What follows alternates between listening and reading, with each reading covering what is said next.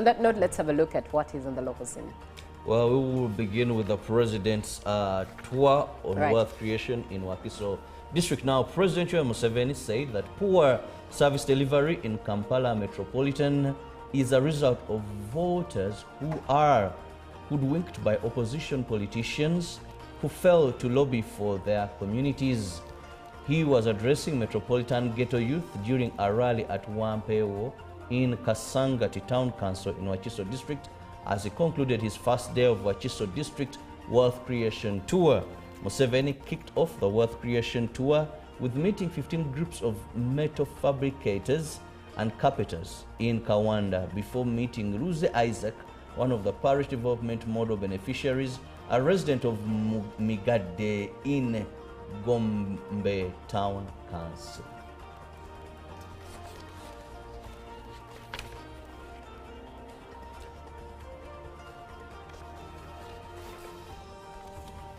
Youth at parish level and ward have voted for their leaders across the country. The Electoral Commission confirmed that the youth leadership elections at parish level were conducted successfully.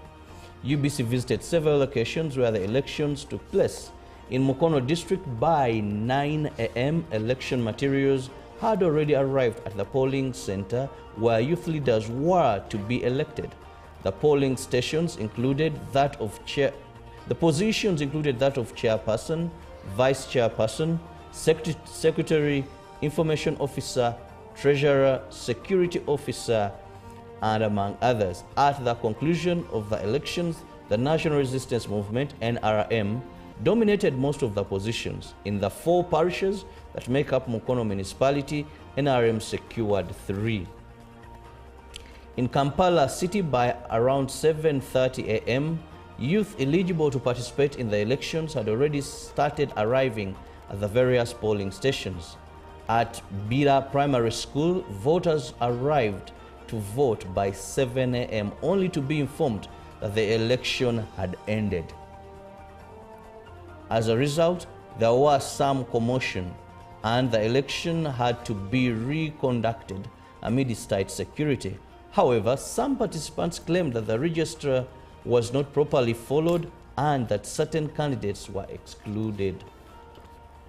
In Impigi district, the elections were marked by chaos after youth affiliated to the National Unity Platform, NUP, in some areas boycotted the vote, accusing NRM of rigging. In several places, NUP youth arrived at the polling station only to find the elections had already ended. They told UBC that they were shocked at how an election scheduled to take place during the day had instead been conducted at night, calling it an abuse of power. The Electoral Commission spokesperson Julius Muchunguzi confirmed that the elections went smoothly in most places. Member of Parliament for Wiyikwe South constituency Dr. Michael Philip Lulume Baiga joined the People's Front for Freedom Party based at Katonga. Lulume, formerly a Democratic Party, was accompanied by fellow members of the former Democratic Party DP as he joined PFF. Lulume is a prominent politician who began his political journey with the Uganda Young Democrats UYD alongside other youthful colleagues including Michael Mabike, Salongo Elias Lukwago, and Sam Walter Lubega Mukapu. They were part of a vibrant generation of activists who seemed resilient and determined. Lulume and colleagues later joined the Democratic Party, where he served as acting Secretary General from 2007 to 2010. Lulume, in his maiden speech, said DP has lost its political mandate and settled for less. Midway his speech, he asked PFF supporters to mimic the party's songs, which he said had message that resonated to their agenda. Earlier in the morning, the party spokesperson Ibrahim Semujunganda announced the party's convention slated for today at Katonga. Semuju furthermore assured the supporters as retired Dr. Kiza Besigye, who is remanded at Luzira prison, will be the keynote speaker.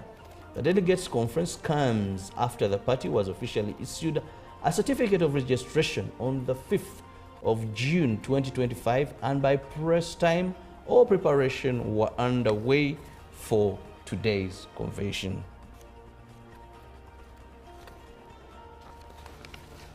Coming to the end of our local stories, members of the National Unity Platform, including leaders, members of parliament, mayors, aspiring candidates and grassroots supporters converged at NUP headquarters in Makere Kavule for the launch of the nationwide fundraising drive. While unveiling the fundraising campaign, the party president Robert Kyagulanyi Ssentamu emphasized strengthening the party's operations. Kyagulanyi inaugurated a dedicated fundraising booth at the party headquarters and personally contributed a check worth 10 million shillings. He also inaugurated a special fundraising committee chaired by Honorable Ronald Balimwezo to oversee the initiative. The fundraising committee chairperson, Ronald Balimwezo, pledged to be transparent. Leader of opposition Joe Senyonyi paid 10 million shillings in cash and pledged an additional 10 million. Other leaders, including the aspiring Mitiyana North Member of Parliament Isaac Tomusange and Kawempe Mayor Emmanuel Serunjoji, also contributed. Now that brings us to the end of our local stories this morning. Julie, may you take us? Yes, indeed. And looking at what is on the foreign scene, we are starting off with the sad news, of course, that occurred over the weekend on Friday in Texas. And the death toll from the flash floods that struck central Texas on Friday has now climbed to more than 100 people, and an unknown number of others are missing. Search and rescue teams are wading through mud-piled riverbanks as more rain and thunderstorms threaten the region, but hope was fading of finding any more survivors 4 days after the catastrophe. Camp Mystic, a Christian all-girls summer camp, confirmed at least 27 girls and staff were among the dead. 10 girls and a camp counselor are still missing. The White House, meanwhile, rejected suggestions that budget cuts at the National Weather Service could have inhibited the disaster response. At least 84 of the victims, 56 adults and 28 children, died in Carr County, where the Guadalupe River was swollen by torrential downpours before the daybreak on Friday, the July 4th public holiday. Some 22 adults and 10 children have yet to be identified, said the county sheriff's office. Camp Mystic said in a statement on Monday, "Our hearts are broken alongside our families that are enduring this unimaginable tragedy." Richard Eastland, 70 years, the co-owner and director of Camp Mystic, also died trying to save the children, the Austin American Statesman reported. We continue to indeed pray for Texas, but let's, in the meantime, move on to Russia. Russia's investigative committee says former Russian transport minister Roman Starovoyt has been found dead, apparently with a self-inflicted gunshot wound. He was dismissed earlier on Monday by President Vladimir Putin, and no reason for Starovoyt's dismissal was given, and Deputy Transport Minister Andrei Nikitin was announced as his replacement shortly after. The investigative committee said it was working to establish the circumstances of the incident. Starovoyt was appointed Minister of Transport in May 2024. Before that, Starovoyt had served as governor of the Kursk region for almost 6 years until May 2024. The region was partly seized by Ukrainian troops in August 2024 in a surprise offensive. Moscow only recently managed to drive out the Ukrainian forces, although in late June, Kyiv said it was still holding a small area of territory inside Russia. Starovoyt's successor, Alexei Smirnov, was only in post for a short while. He was arrested in April and was later accused of embezzling funds that had been allocated for the building of fortifications on the border with Ukraine.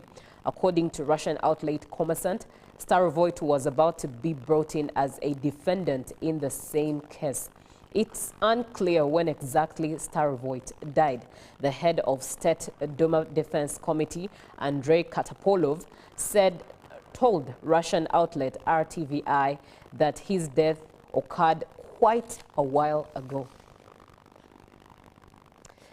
Now, let's come back to the motherland, and in particular East Africa, Kenya. At least 11 people have been killed during anti-government protests in Kenya and 567 arrested, police said. Police opened fire on demonstrators, and earlier Dr. Aaron Sikuku, a medic at Igbo Nursing Home on the outskirts of Nairobi, told the BBC that the bodies of 2 people who died of gunshot wounds had been brought to the facility. He said hundreds of protesters had gathered outside his hospital, demanding to take away the bodies.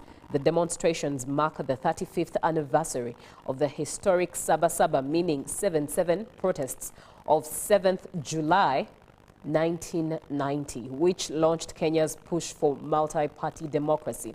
Police released a statement on Monday evening praising officers for exceptional restraint and professionalism in the face of sustained violence and provocation. It said 52 police officers and 11 civilians had been wounded. The state-run Kenya National Commission on Human Rights, KHRC, earlier said at least 10 people had been killed. In a scathing report, it accused police of using excessive force, as has frequently been the case during the current wave of protests. One thing for sure is President Ruto will never forget his term. It's been filled with a lot of protests. But Robert, take us away with what is in the dailies today. You can never be sure that you won't have him for a second time. I know. Well, Kenyan politics, violence, well, not so good. But let's look at the papers this morning, beginning with the New Vision. Now here we have voters' choice for Western MPs. The poll conducted by the New Vision covered Bunyoro, Ankole, Kigezi, Tororo, and Renzori. Now, who are the choices? Well, you can look through. The pictures are there if you know them by face. Now, there you have we have General Kahinda Otafire and quite a number. Now, also URA registers 262 billion surplus revenue. The taxman did collect surplus. That's a good news. Now, also moving on, government to develop more religious tourism sites. We also have still in the New Vision, NUP to raise 10 billion for elections. They started the journey yesterday. And we have immigration, 109 Eritreans dumped in the wilderness. Who are they? How? Well, the Vision has more of that. Now, allow me go to the Daily Monitor. And PFF launches today as DP's Baiga joins the party. A story we've just read and recovered here. Right. Now, we have Makere drops Mark. Now, this is not a very good story at all, because when you look at 2002, it was 8th ranking university. In Africa, 2003, it was 5th. 2004, it was 8th. Now, 2005, it is in the 41st position. Ooh, that's such a drop. But the lizard has his explanation here. He says, Makere drops Mark. Then he says, don't they know that the tower was burnt? He's just posing a question there. Is East Africa ready for regional energy trade?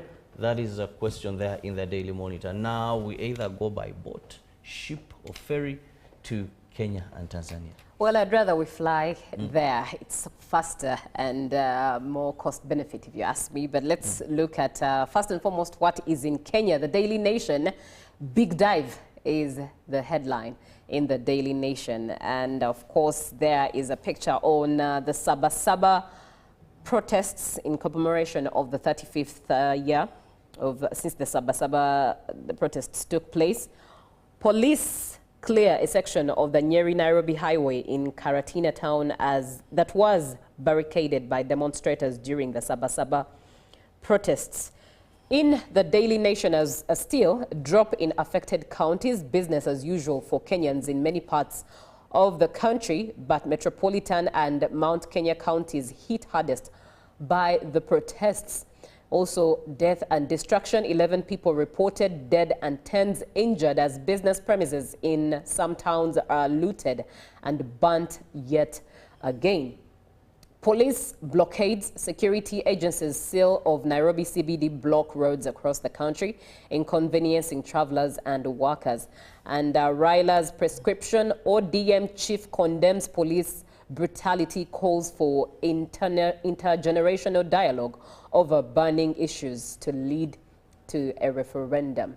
That is what we have in the Daily Nation. Let's quickly take a look at what is in the Citizen. And in the Citizen, in their inside CCM's quest for new investigation body, that's a headline in the Citizen, but also what it means as Mwinyi unveils Made in Tanzania brand. 99.9% of Form 6 finalists pass, 71 disqualified for cheating. How Tanzania's aspiring female scientists are regaining lost hope. And also DDC rips big from 37 billion Kariyaku facility revamp. All of that in the Citizen. But let's take a trip quickly back to Uganda and have a look at what is in the Gazette. We do have contents in there, contents of the Commissioner of Oaths Advocates Act notices, the Marriage Act notices, Mining and Minerals Act notices, the Education Pre-Primary, Primary and Post-Primary Act notices, the Advocates Act notices, the Companies Act notices, and the Insolvency Act notices, as well as the Copyright and Neighboring Rights Regulations notices, the Police Control of Private Security Organizations Regulations notices, and the Trademarks Act registration of applications, as well as advertisements. And in there is the Commissioners for Oaths Advocates Act Commission, to all whom these presents may come. Greetings. Be it known that on the 23rd day of February 2017, Apio Jamina, an advocate of the High Court, has been appointed to be a commissioner for oaths under the above-mentioned act for so long as she continues to practice as such advocate, and the commission is not revoked, given under the hand of Bat M. Katurebe, then Chief Justice, and the seal of the court on the 23rd day of February 2017. The Commissioners for Oaths Advocates Act Commission, to all whom these presents may come, greetings. Be it known that on the 6th day of April 2017, Ivan Ngoru, an advocate of the High Court, has been appointed to be Commissioner for Oaths under the above-mentioned act for so long as he continues to practice as such advocate, and the commission is not revoked, given under the hand of Bat M. Katurebe, the Chief Justice then, and the seal of the court on the 6th day of April 2017. And in the Marriage Act, a notice, place of celebration of marriage in the exercise of the powers conferred upon Honorable Honorable Norbert Mao by the Sections 5 of Marriage Act. He hereby licenses the place of public worship mentioned in the schedule, and that is the Church St. John Chabashenyi, Church of Uganda, denomination Anglican, Village Rutunga, and Parish Chabashenyi Ward, Sub-County Nyamunuka Town Council, and County Kajara, District Ntungamo, given under his hand on the 19th day of June 2025. That is the Minister of Justice and Constitutional Affairs, Honorable Norbert Mao. Well, that brings us to the end of what is in the dailies. We are having a short break with some music. Blessing Me, Banky W. Good morning.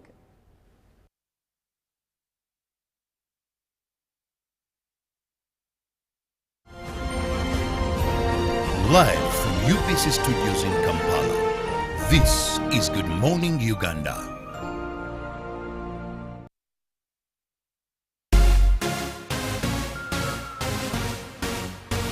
Remember, much as I was very, very young, when we had the LC system in this country, and someone would be recommended, I mean seconded, recommended, proposed, because they would have a village meeting where I would call a Vitauruzi, then they would, so you are going to elect a chairman.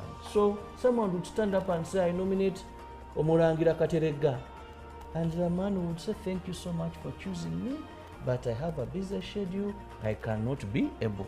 you would yearn to get a person who accepts that position of leadership. But today, even LC1, someone invests over 3, 4, 5 millions because they know that we've made politics very fertile. This boxing, kickings, fighting.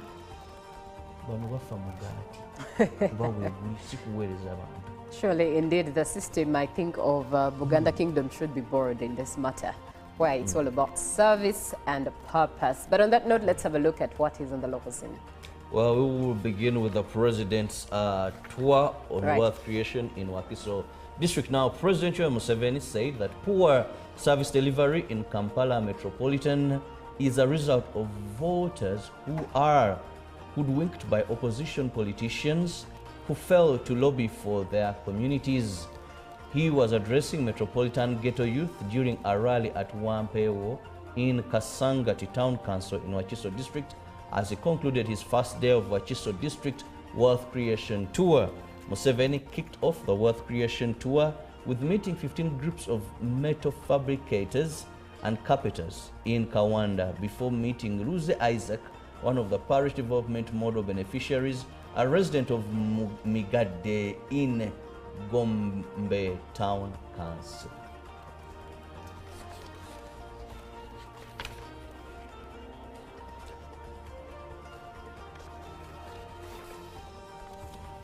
Youth at parish level and ward have voted for their leaders across the country. The Electoral Commission confirmed that the youth leadership elections at parish level were conducted successfully. UBC visited several locations where the elections took place. In Mukono district by 9 a.m., election materials had already arrived at the polling center where youth leaders were to be elected. The polling stations included that of the positions included that of chairperson, vice chairperson, secretary, information officer, treasurer, security officer, and among others. At the conclusion of the elections, the National Resistance Movement, NRM, dominated most of the positions. In the 4 parishes that make up Mukono municipality, NRM secured 3. In Kampala city by around 7:30 a.m., youth eligible to participate in the elections had already started arriving at the various polling stations. At Bira Primary School, voters arrived to vote by 7 a.m. only to be informed that the election had ended. As a result, there was some commotion and the election had to be reconducted amidst tight security. However, some participants claimed that the register was not properly followed and that certain candidates were excluded. In Impigi district, the elections were marked by chaos after youth affiliated to the National Unity Platform, NUP, in some areas boycotted the vote, accusing NRM of rigging. In several places, NUP youth arrived at the polling station only to find the elections had already ended. They told UBC that they were shocked at how an election scheduled to take place during the day had instead been conducted at night, calling it an abuse of power. The Electoral Commission spokesperson, Julius Muchunguzi. Pick of the day on UBC.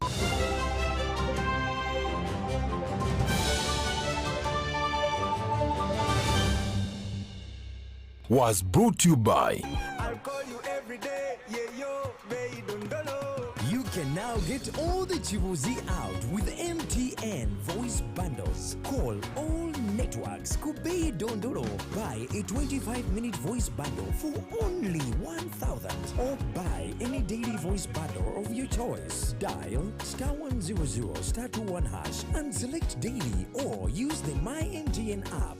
When we talk together, we are unstoppable.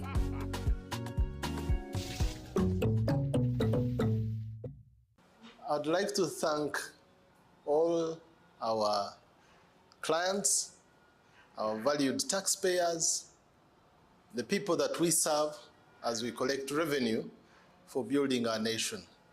I thank you very much for the questions you have sent through this program of Buza Commissioner. On behalf of URA, I'd like to pledge that we are committed and we will continue to answer all the questions that you ask through this platform. The whole purpose for this program is to ensure that your pain points, your questions are efficiently responded to. So I would like to encourage all our taxpayers who have questions to ask to please utilize this program that we are running on UBC, that will be receiving your questions through the numbers that you've been given, and URA will be available to answer these questions every Monday and every Wednesday during the 8 o'clock news bulletin. And then on Sunday, after the news, we'll have a full response to all the questions that will have come in during the week. I thank UBC for supporting us in reaching our taxpayers, and I thank our taxpayers for responding positively to this program. Thank you very much. Buza Kamisona. Live from UBC Studios in Kampala, this is Good Morning Uganda.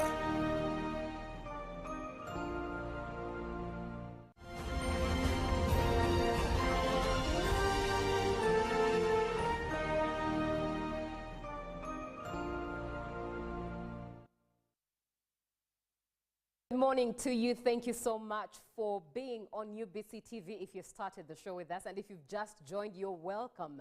This is Good Morning Uganda, and the station is UBC TV, always here to inspire you. Time for the real, so save the number and get in touch via WhatsApp, 0709602592.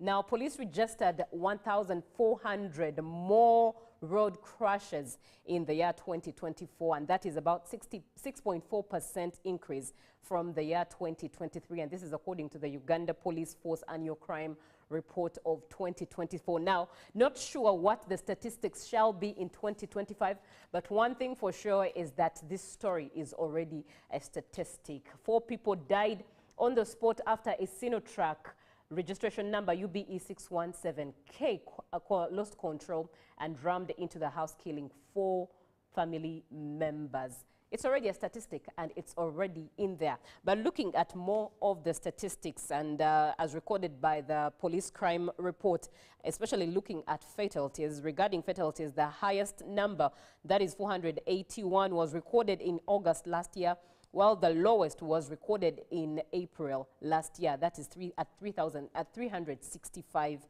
fatalities. And the report said collisions with pedestrians constituted 19.5% of all crashes, while rear-end collisions and side swipes accounted for 16.2% and 17.7% respectively. Now, collisions where vehicles hit other parked vehicles, hit objects on the road, hit objects off the road, and hit animals accounted for 1.6%, 1.5%, 1.8%, and 0.8% respectively. The report also said that more crashes were reported to have occurred during daytime than the night time. A similar trend is also reflected in fatal crashes, where more fatal crashes are reported to have occurred during daytime. And the highest number of crashes in 2024 was 3,780, occurred between 6 p.m. and 7:59 p.m. I usually love to round off to the nearest as 8, but let's leave it as the report stated it. And similarly, fatal crashes, 894, were also the highest during that time. And there were more crashes, that is 3,790 crashes, reported on Sundays than any other day of the week. And that is according to a report from last year. In addition, 3,765 and 3,686 crashes were reported on Saturdays and Mondays, and fewer crashes, that is about 3,330, were reported on Tuesdays compared to other days of the week. Careless overtaking and speeding were the leading causes of road crashes in 2024, accounting for close to almost 44.5% of all crashes, as by the report from last year. So the conversation we have this morning is really to look into road accidents. Chew on it, so share your opinions as well on 0709602592. Robert, with that statistic laid for you, what do you think? Of course, 2 of them have been stated that is carelessness on the roads and overspeeding. But let's look more into the causes of these accidents. One, before I go any further, please look for me the definition of the word accident. Before I go any further. Okay. Now, as Julie looks out for that word, it is very unfortunate that we keep on losing people in what we call accidents, yet they are not accidents. I want to say the accidents, we call accidents, that have led to the loss of lives of our people. It could be that only 10% of these are accidents. Have you found that definition? Yes. Please and let me know. As simple as it should be, an accident, as a now it is an unfortunate incident that happens unexpectedly and unintentionally, typically resulting in damage or injury. Also can be defined as an event that happens by chance or that is without apparent or deliberate cause. Now, there are words I want to emphasize there. Unexpectedly. That is one. That an accident, you don't expect it to happen. Now, many of what you said in your statistics are expected. A person sets off and says, this car's brake system, I don't know if we shall reach where we are going. And I know Ugandans, you heard of this.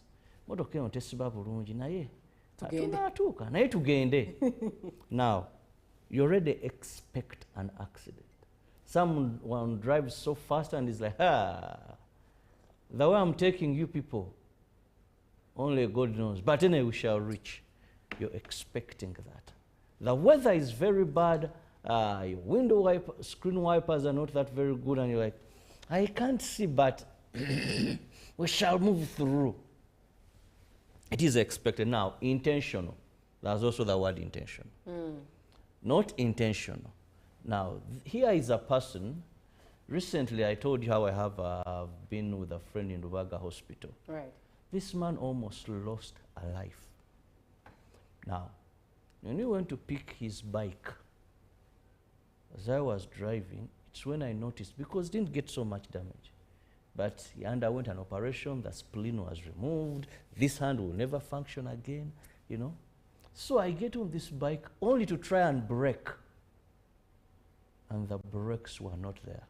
So I had to ask the mechanic, let's check and see. Now, these plates were totally cleared a long time ago.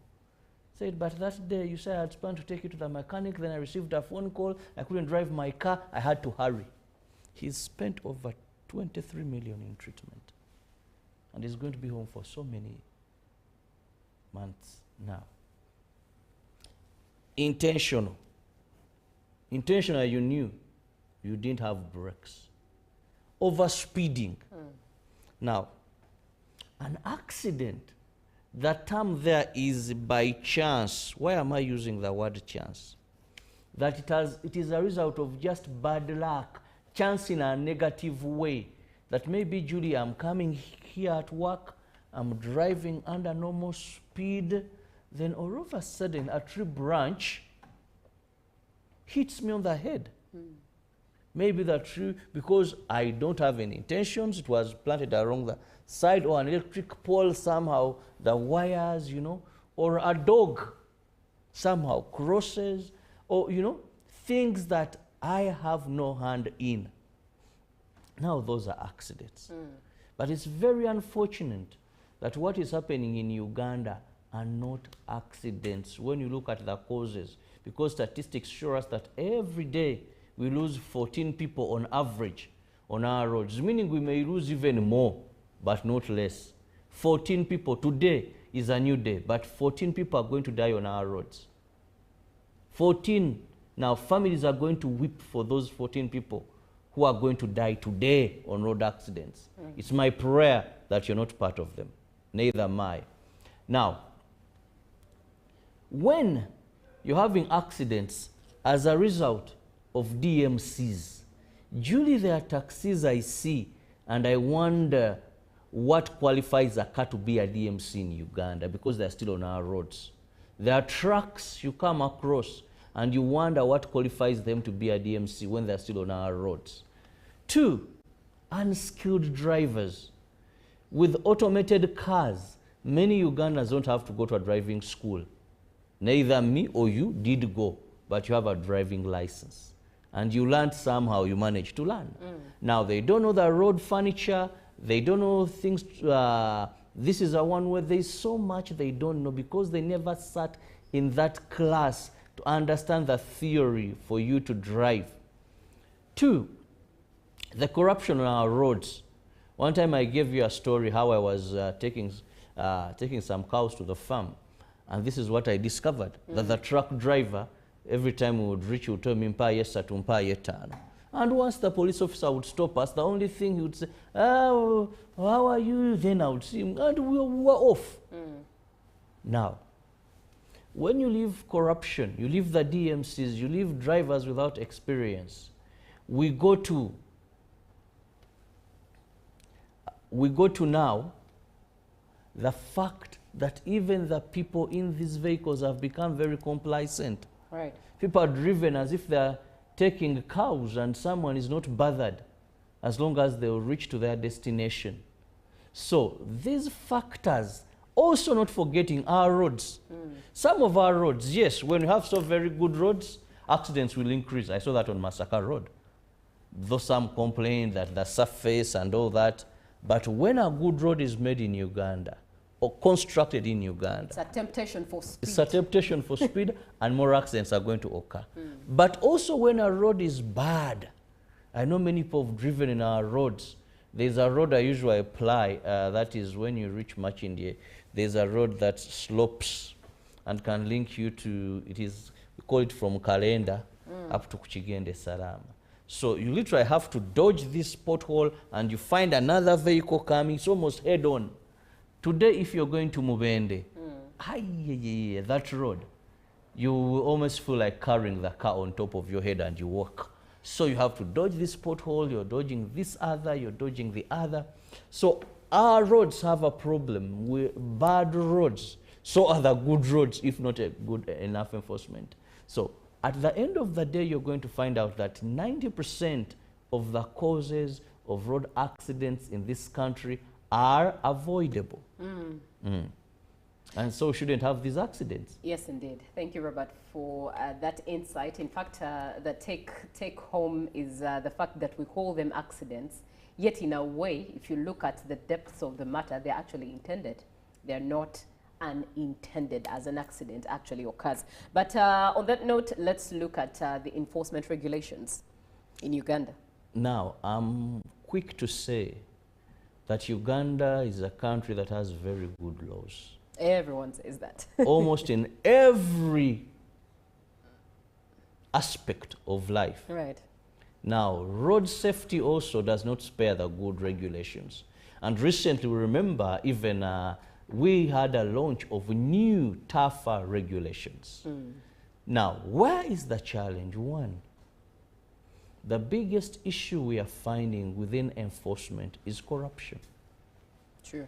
Corruption.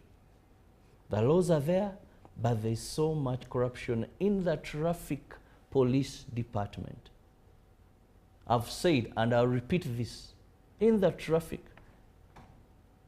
Because one thing I've also come to find out over time, what is interesting in Uganda now, when you make the penalty for something high, you make corruption more in that sector.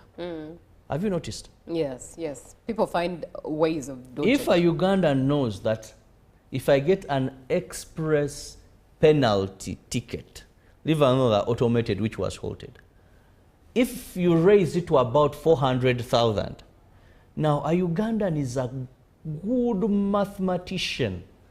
They'll say, if I'm to pay 400,000, and after 48 hours I have a surcharge of either 50 or 100%, now it costs me nothing, therefore, if I give this officer 30,000.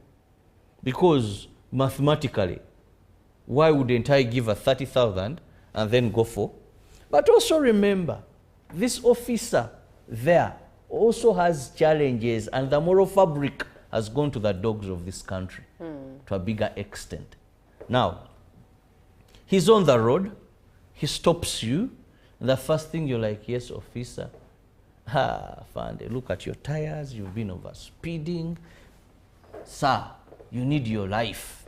You can't drive like this, but what I'm going to do, I'm going to issue you with an express penalty ticket so that you go, you find your time, go in the bank, but please drive safe, it is your life. You cannot just say, officer, kyamazima ka receipt sina gye nkatwala kankole bwe nti afanda akazika ako kakubeeremu.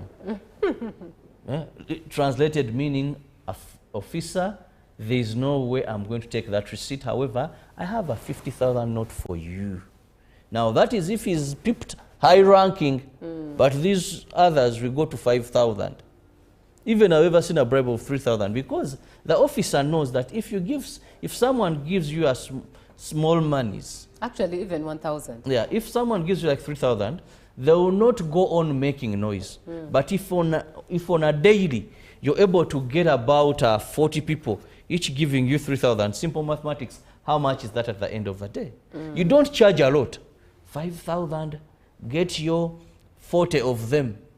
That is sufficient enough for you to go home, and there is meat tomorrow, there is rice, and you know, you live a fair life to what you would have lived if you depended on salary. Now, the Ugandan is saving themselves from spending so much. Also for you, with that 5,000 times 30 people on the road daily, there is some good money you're making there. So, the good laws make it very fertile for corruption. If we said an express penalty ticket goes for maybe 50,000, I would tell you, some person would say, why would I bother myself with you? The higher the punishment, the more look at defilement, another offense away from this.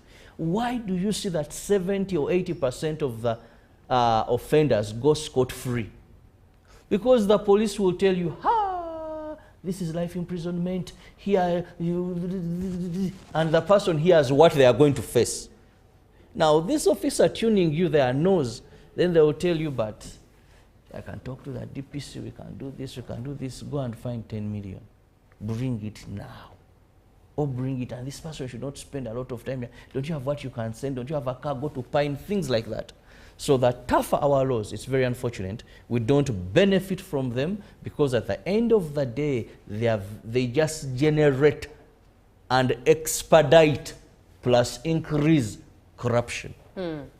Very interesting perspective there, and somebody actually agrees with you in the name of it being an accident, and he says, hello UBC, good morning Uganda. For me, I think there's some extent of carelessness on the road. We can't just keep on losing people because of this issue of the car failed to brake. The traffic police really needs to do their work, otherwise we are doing badly. And somebody else comes through and says, good morning Uganda, good morning UBC, it's me Isaac Wanzala in West Nile. I think there should be continuous automated express penalty system, but its charges have to be lowered down. Still in agreement with you. And one final one, good morning Julie and Uncle Bob. The only way to mitigate road accidents in Uganda is by fighting corruption, causes like unexperienced drivers, indiscipline on the roads, and as well as DMCs, that drivers with no licenses, reckless driving, poor road networks, etc. All the above exist, but much due to corruption. So let's just fight the threat of corruption, and others will be history. This is Cricket Derek Gargamel from Machindia. Now let's look at the accident scenes themselves.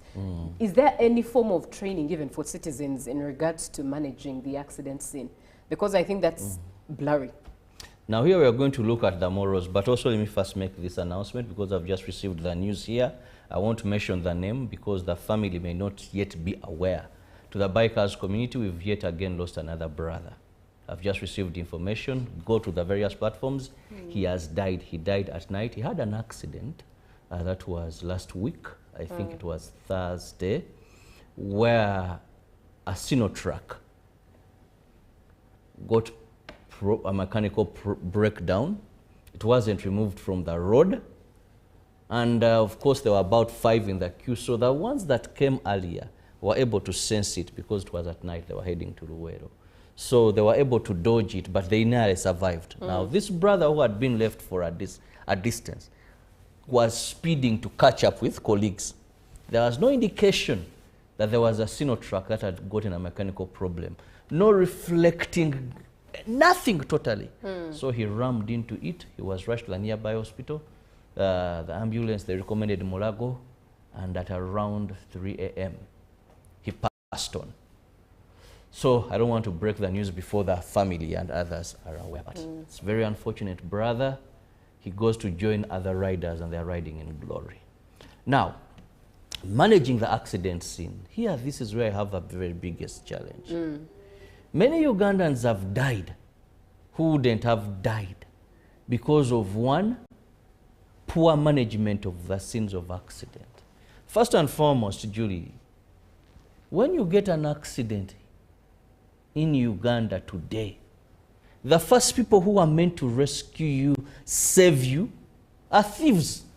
They first steal from you. They first rob you of everything. Are thieves. Imagine this phone. This is the gadget that maybe someone could scroll through or ask you for your password and call your relatives for you not to be dumped in an hospital or something like that.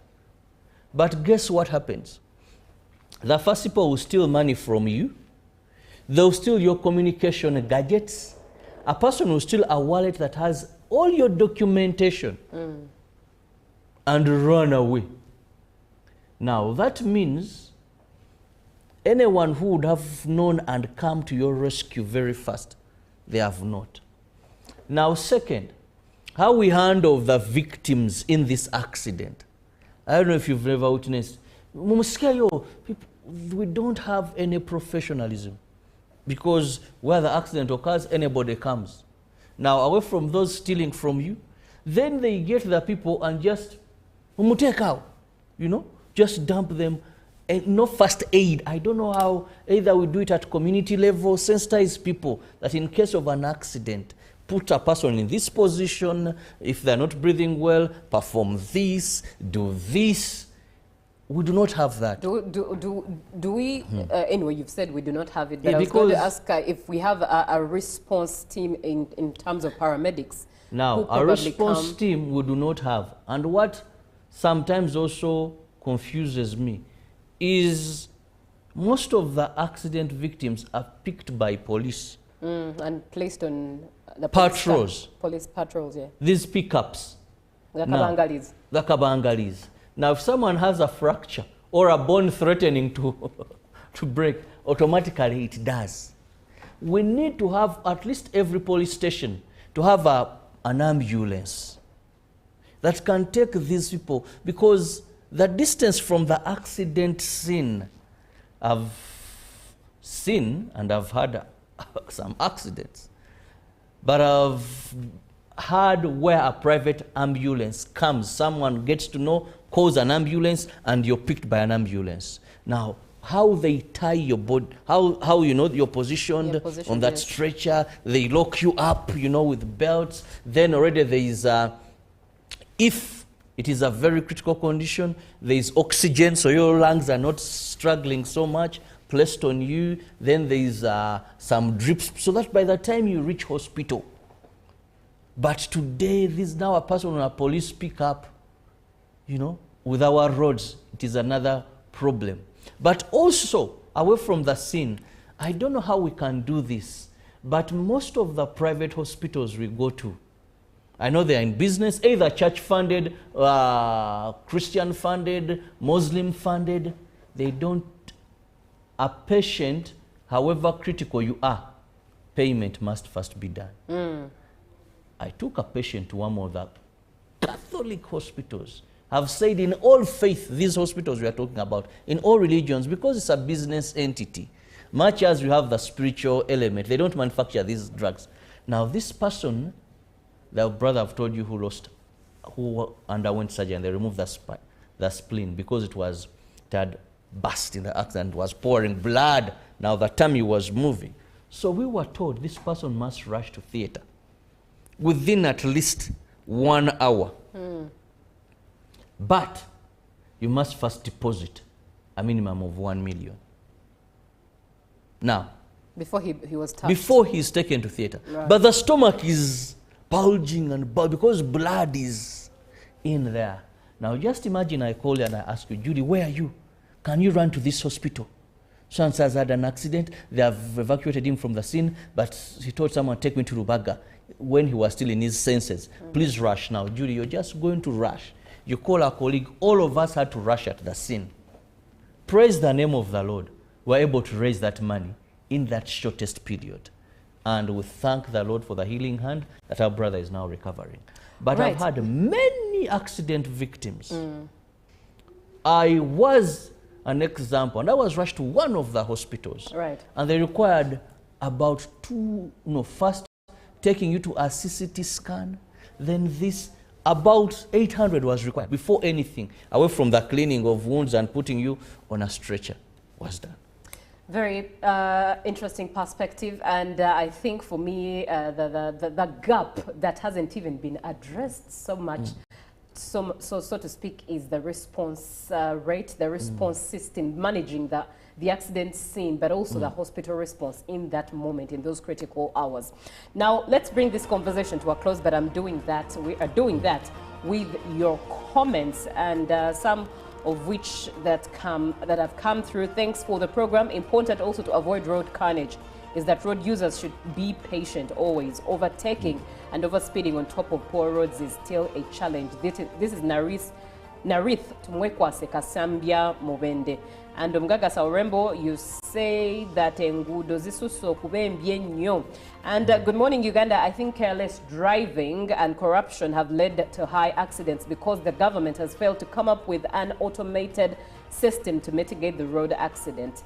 Thanks for the show. It's Obaneli watching from Uganda. Good morning. I'm Albert Osike. For sure, these police officers need to be sensitized. And one last one. Good morning, UBC. I'm Maureen from Lira. This issue is everywhere, and corruption is the key point here. Thank you so much for being on the show. That wraps it up for our conversation on The Real. It definitely does continue on our social media platforms on X, formerly known as Twitter. Up next is JMU Tourism Express. We do have business and the agenda as well as sports, so a lot more in store for you. Good morning.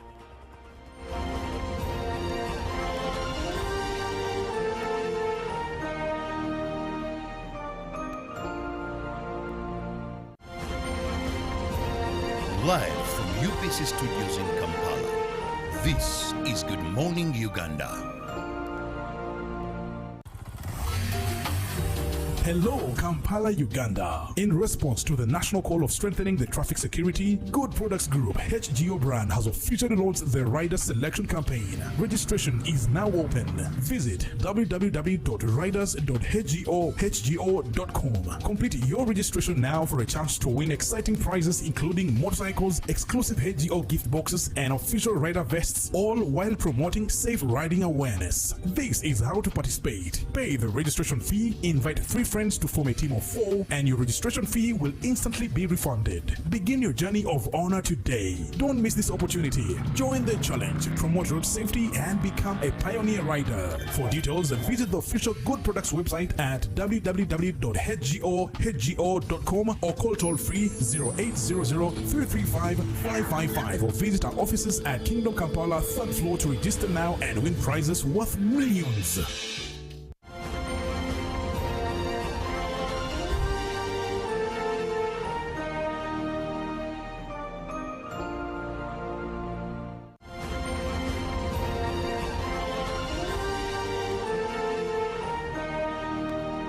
Brought to you by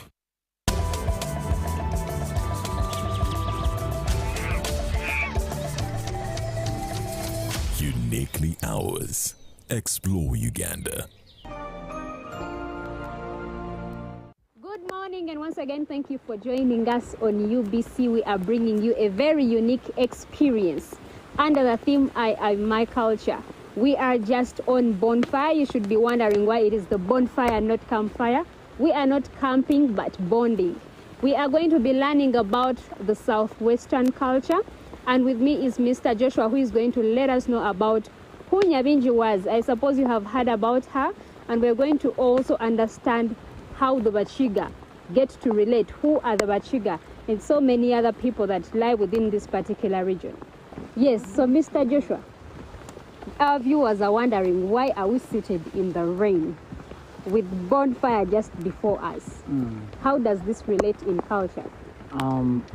Like I corrected you before, and like I've corrected every people who come to visit us, they always call it campfire instead of calling it bonfire, because bonfire has a lot of when people are camping, like when you go camping, you can light up your fire, have your own roasted maize or Irishes, take them, but bonfire means bondage. Like our ancestors, our great grandfathers, when they used to meet to sit as a family, as a clan, they used to sit in a echikome muruchiga. For the sake of our listeners, echikome could bring them together, and they could plan from that echikome, from that bonfire, and from that bonfire they could share, exchange knowledge. And then when they could be seated, like the head of the clan, Mukuru Wechika, Muruchiga Group, would come, tell them the stories, tell them where we've come from, where we are going, plan from there, teach us discipline, say do's and don'ts from Echikome. And then the wife could be there to serve Obushera and Tagatira for those gentlemen who are taking it. So, bonfire, up to date, we still do it to bind that bondage, to meditate and to share ideas, to exchange ideas with our families and with some people from abroad. Yes, you did talk about rain being a blessing, and you said bonfire back then used to happen anytime, because I was wondering, I mean, was it happening as early as this morning? And you said yes, it used to happen anytime. Yes, and we've heard about this woman called Nyabinji, who comes from this particular region. What is her storyline like? Nyabinji was the name Nyabinji from Ruchiga. It's self-explanatory. It means Nyinabinji. I have plenty. So, in the year 1900, Nyabinji was there in Chigezi. She used to live in the hills of Chigezi here in Kagarama. She had plenty. Akabai Nyabinji. Araha, she had food, shelter, she could share, and everyone bakaba kweta kushaka. Mola mawaza mukatari kushaka, but for her, niwe bashaka go away. So they reached a time that people started praising her, calling her God, God, God, because when they had no food, they could go. She feeds them. She does great things to them. When they are sick, she gives them medicine. So they called her Nyinabinji, meaning I have a lot and to share with our community. So when the collaborators, that was Kabaka, that was Mutesa One, when Mutesa One heard about Nyinabinji and the British collaborators, they staged the Nyinabinji rebellion. So when they heard that there is a woman who has power in Chigezi, she's feeding people, she's doing what, they came. And then Nyinabinji had, like, when you reach, you have bodyguards, you have people who are on your side. So she had strong people. One of them was called Minyaluko wa Nyamichenche. Minyaluko wa Nyamichenche, Muruchiga Gwitu, echigambo kunyaruka, chiramanyisa, like, disappearing. So Nyinabinji could send Minyaluko wa Nyamichenche. Minyaluko wa Nyamichenche was a messenger, and very fast. When the Mutesa One came, because you know Chigezi and Nyinabinji, they had like supernatural powers. She was not just a woman. She had supernatural powers. She was blessed from God, from Kaiku Guru. And then when they came to fight her, she could disappear. they could attack. Because the collaborators came with guns, the British had given them guns to come and attack Nyinabingi. And up to now, Nyinabingi, the whereabouts of her, they are in the Museum of London, in Ochibiri, they are in the Museum of London after they attacked her and defeated her because they used guns. And for Nyinabingi, she told the people, like, you know, the Maji Maji rebellion, she brainwashed the people that if they shoot you, you cannot die. And then they shoot people and people died. When they could shoot people, they say, she told us we cannot die. Yet they died. So after they attacked her from Kagalama, they took her to Uganda. And then after they executed her, up to now, they don't know how she died, and her death is not clear. And they have her remains. Yeah, they are in the London Museum, up to date. Now, when we come back to Bachiga, as the Bachiga, how are their ways of living? Who are they?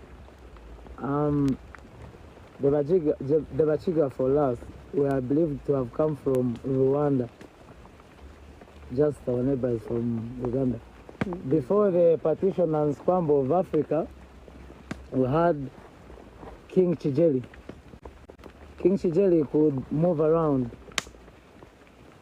Sorry to cut you short. You say King Chijeli, is he the king of Bachiga then? Was he the king of Bachiga then? Yes. When King Chijeli came on Mugabe, akija n'abeye. Abeye, they were 7 clans. Nimwe harimu, we find there Abachiga, and in the Bachiga, in Uganda, we have where we lie, nibo Rashanga, Musiji, Omwinika, nibo ba Kasiji, nibo ba Kahimba, Abahimba, before nibo ba Mpambara, Batembandeje. You do know that Abinika, the first people to board the plane were from here. Wow, I didn't know from that. Here, from Chigezi. The first people to board the plane in Uganda were from Chigezi. That's why we see we have Uganda Gwabatembandeje. Then, when they reached here, they started conquering territories, conquering and conquered the Bata, because the Bata had lived here over 1,000 years before the coming of the Bachiga. When the Bachiga came here, they started fighting them. So, when the battle rose up, when the battle began, the battle could not allow the Bachiga to take over their land. And the Bachiga wanted to conquer their land. So, they started fighting with bows and arrows and spears. On Sigwe Island, when you go there, so they decided to cut the land. That's what made it an island. This part belongs to the Bachiga, the other part belongs to the what? To the Batwa. So they gave the Chisigwe Island to the Batwa. Then the mainland to the Bachiga. Because the Batwa were small and scattered. The Batwa was there from 1875 to 18. They were close to 19. So the Bachiga produced many children, became very strong. So they attacked the Batwa. The Batwa decided to run away from here. That's why you see the Batwa up to date are living on the shores and Itria forest, because Itria forest, because the Bachiga kept on pushing them away. So the Bachiga conquered this land called Kabale. Because when they sent them away, the government sat and said this land belonged to the Batwa.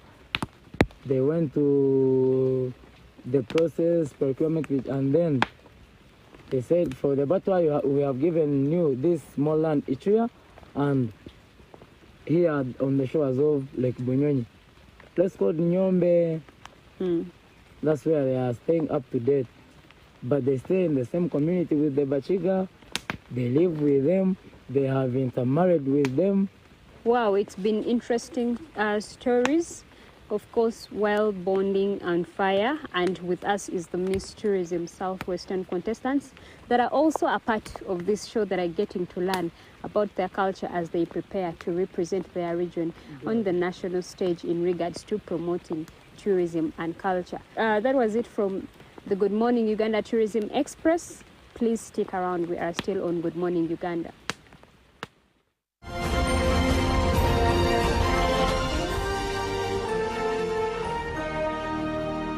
Brought to you by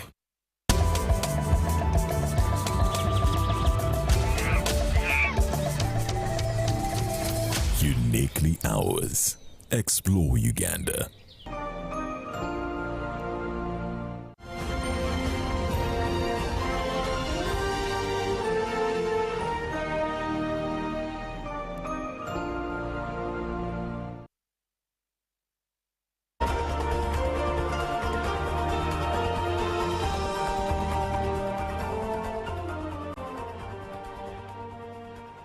A big thank you always to the Uganda Tourism Board for making sure that GMU Tourism Express is what we enjoy every single morning, Monday to Friday.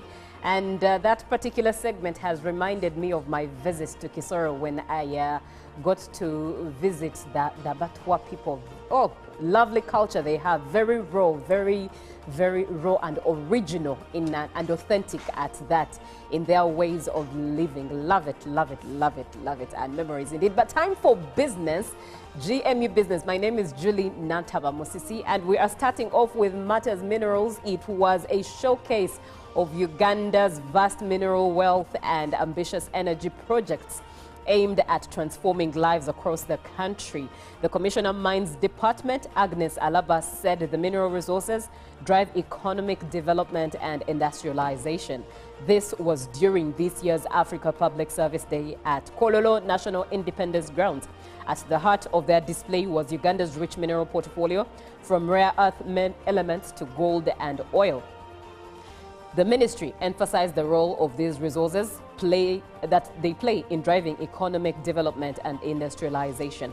One of the standout presentations was the proposed nuclear power plant, a project that, once established, promises to boost the country's energy capacity and reduce dependence on non-renewable sources. In a push for sustainable living, the ministry also showcased its clean cooking initiative. Through this program, gas cylinders are being distributed nationwide to reduce reliance on biomass. The ministry further highlighted ongoing efforts to extend the national electricity grid to rural areas under the Rural Electrification Program, ensuring no community is left in the dark. From minerals to modern energy solutions, the Ministry of Energy continues to power Uganda's future. Now, moving on to the good news of the Uganda Revenue Authority that has surpassed its revenue by a remarkable 263.4 billion, marking a significant achievement in domestic resource mobilization. With an ambitious target of 31.369 trillion, many considered in an uphill task. But according to the URA Commissioner General John Musinguzi, the tax body took the bull by the horns and registered a performance rate of 100.84%. Announcing the performance at the URA headquarters, Musinguzi attributed the record-breaking collections to improved taxpayer compliance and the continued growth of Uganda's economy.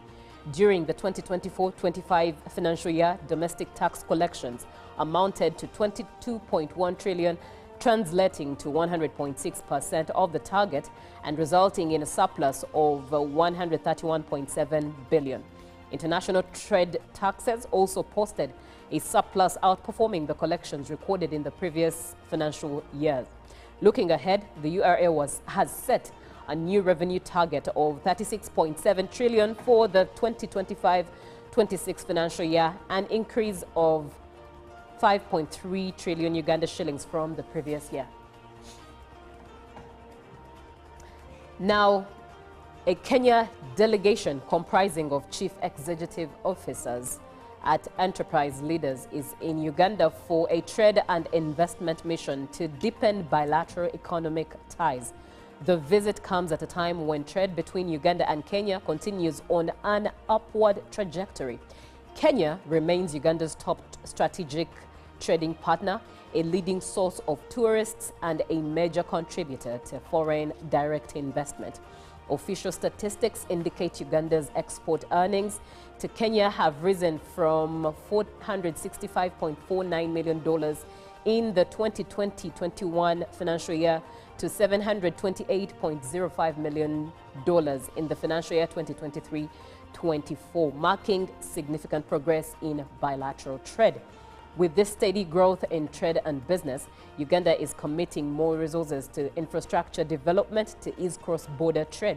The trade mission has organized by the Ministry of Foreign Affairs in collaboration with the Uganda Consulate in Mombasa, held under the theme Promoting Intra-East African Trade and Investment for Economic Development. The forum has drawn 14 CEOs and directors from key sectors including ICT, logistics, insurance, financial services, and real estate. Despite the optimism, concern was raised over frequent disruptions to trade routes, largely due to political protests and other logistical bottlenecks. Intra-East African trade remains disproportionately low. The main culprits are market protectionism and non-tariff barriers. Engagements like this one in Kampala are critical for unlocking our shared economic potential. All right, let's have a look at what is in the forex rates as of 7th July 2025. And by morning, the US dollar opened at 3,580.77 and was selling at 3,590.77. And midday, it was buying at 3,583.50, a little slight increase in there, and selling at 3,593.50. Closed in at 3,585.36, an increase, still slight increase there, and selling at 3,595.36. And the British pound opened at 4,883.26 buying and was selling at 4,896.88. And the euro opened at, closed in at 4,220.68 buying and selling at 4,232.45 selling. The Kenyan shilling was at 27.75 buying and selling at 27.82, and the Tanzanian shilling was buying at 1.35 and selling at 1.36.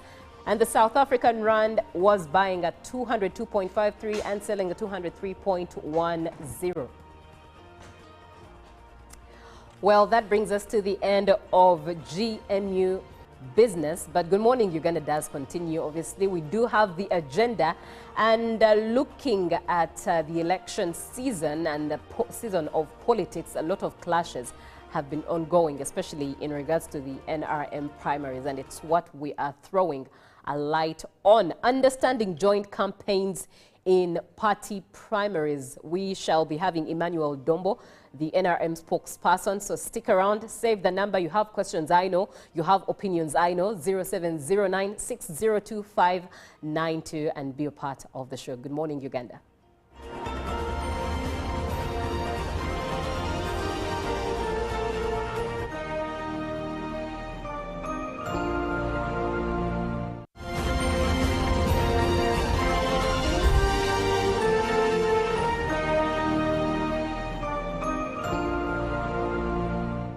Of the day on UBC.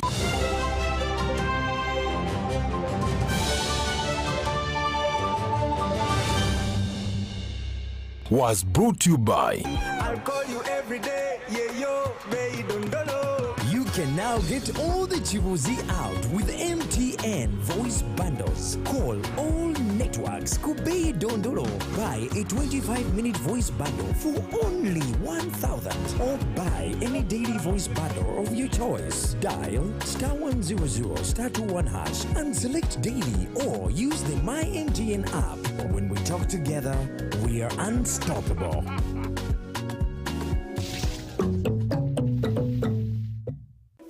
In a nation hungry for truth, a world where every story matters, there exists a beacon of trust and reliability. For decades, they've been our voice and our window to the world, holding the mirror of our history. With 4 TV stations and 11 radio channels spanning 27 languages, they stand as guardians of information, defenders of truth. With Mascari Heritage Advantage, they uphold every citizen's right to reliable and free information. Their archive stories shaped our past and illuminate our present. Yet now, as new challenges arise and the world evolves, their mission faces its greatest test yet. Be part of our journey and let's navigate the unknown, uncover the untold, and safeguard our future together. Tune into your public broadcaster, for it is the intersection of trust and truth. Because to UBC, your story, and every voice matters. UBC, inspiring Uganda. Hello, Kampala, Uganda. In response to the national call of strengthening the traffic security, Good Products Group HGO brand has officially launched the Rider Selection Campaign. Registration is now open. Visit www.riders.hgo.com. Complete your registration now for a chance to win exciting prizes including motorcycles, exclusive HGO gift boxes, and official rider vests, all while promoting safe riding awareness. This is how to participate. Pay the registration fee, invite 3 friends to form a team of 4, and your registration fee will instantly be refunded. Begin your journey of honor today. Don't miss this opportunity. Join the challenge, promote road safety, and become a pioneer rider. For details, visit the official Good Products website at www.hgo.com or call toll free 0800-335-555 or visit our offices at Kingdom Kampala 3rd floor to register now and win prizes worth millions. Juko. Yo. Check the shopping, man. What's your secret? Haven't you heard of the parish development model PDM? Yes, I did, but I thought it was just a talk. No, Sebatia. It is real. I and a few friends together formed a circle, accessed money from the PDM, invested in a portrait project, and now things are moving. Juko. I thought I was one of your friends. You are. But you left me behind. I didn't leave you in poverty. What you do, just visit your LC2 chairperson and your parish chief and start the process of economic transformation. Just like that. The parish development model is an initiative from the government of Uganda through the Ministry of Local Government designed to transform all lives of Ugandans for the better. PDM, my parish, my development, my life. A new dawn on Behind the Headlines with me, Timothy Nyangweso. Every Wednesday, live in our studios in the heart of Kampala. We have conversations that have analysis, explanation, but not every truth is fact, and not every fact is truth. Every Wednesday, 10 p.m. on your public broadcaster.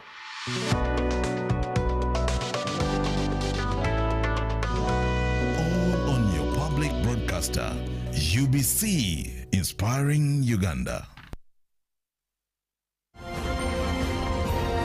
Live from UBC Studios in Kampala, this is Good Morning.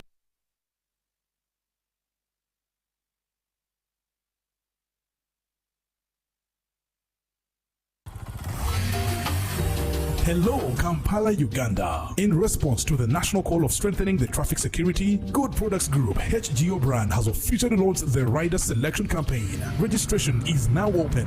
Visit www.riders.hgo.com. Complete your registration now for a chance to win exciting prizes including motorcycles, exclusive HGO gift boxes, and official rider vests, all while promoting safe riding awareness. This is how to participate. Pay the registration fee, invite 3 friends to form a team of 4, and your registration fee will instantly be refunded. Begin your journey of honor today. Don't miss this opportunity. Join the challenge, promote road safety, and become a pioneer rider. For details, visit the official Good Products website at www.hgo.com or call toll free 0800 335 555 or visit our offices at Kingdom Kampala 3rd floor to register now and win prizes worth millions.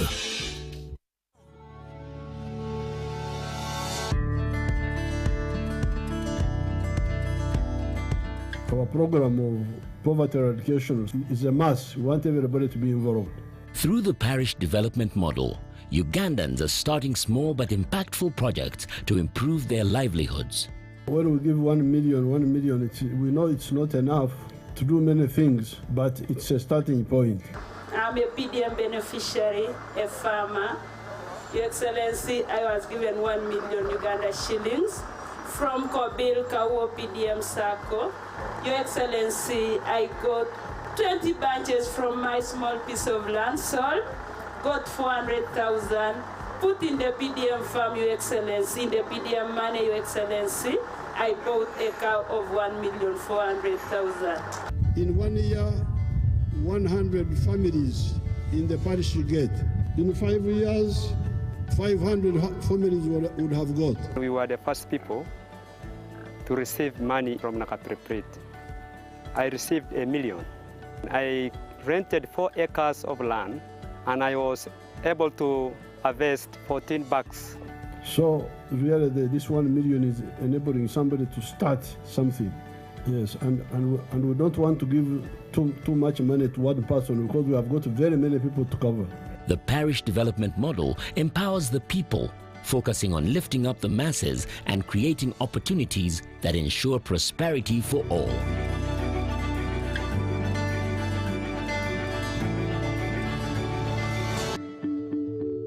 This message is brought to you by the Ministry of ICT and National Guidance.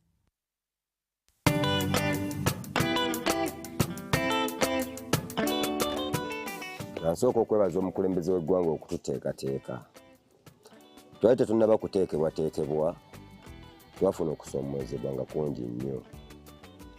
Omuli okutukwata abasirikale, olumu nga tetulina na kitukoze. Kale nga n'akasente k'oba osonzeewo ggwe nga ggwe akagenda okukuyambako mu bizibu byo, nga weekanga okawadde abasirikale. Naye okuva ffe ghetto structure we yayimirirawo ebintu bingi byakyuka. Abaana baffe tebakyabakwata nnyo okuggyako abo abamenyi b'amateeka. Ne be bakutte nga babakwatidde mu ghetto nga ekikwekweto kibadde kiyise. Nabo tulina omukisa ogugenda okubaggyayo. Abasirikale batuwulira. Abasirikale batuwulira. Toyinza kugenda ku poliisi n'ogamba DPC nti bakutte omwana wange ng'akumanyi nti oli komanda. N'atateekayo nnyo maanyi kukola ki? Kumugyayo. Ne neebaza bakama baffe Jeno Damulira, Afande Kuteesa, nange tweyanzizza nnyo mukoze kyamaanyi, bo bakoze kyamaanyi nnyo tuteekateeka. Kuba bwe twamala okuyingira ghetto structure ne batuteekerawo n'essako. Ne certificate twazifuna. Kati batteekerawo ssako eyo. Era muzeeyi n'amala n'atuukiriza kye yatugamba n'atuteekeramu ssente. Era kati eno essaawa gye tuliko tuwola abaana, tuwola ba ghetto youth, ababadde balina bizinesi zaabwe naye nga zibulamu ebyokkola. Tugenda tubawa okutwaliza wamu katuli bulungi, tetuli bubi nnyo, era twebaliza ddala President Museveni okutukolera ekintu ekyo kuba mu butuufu twaliwo.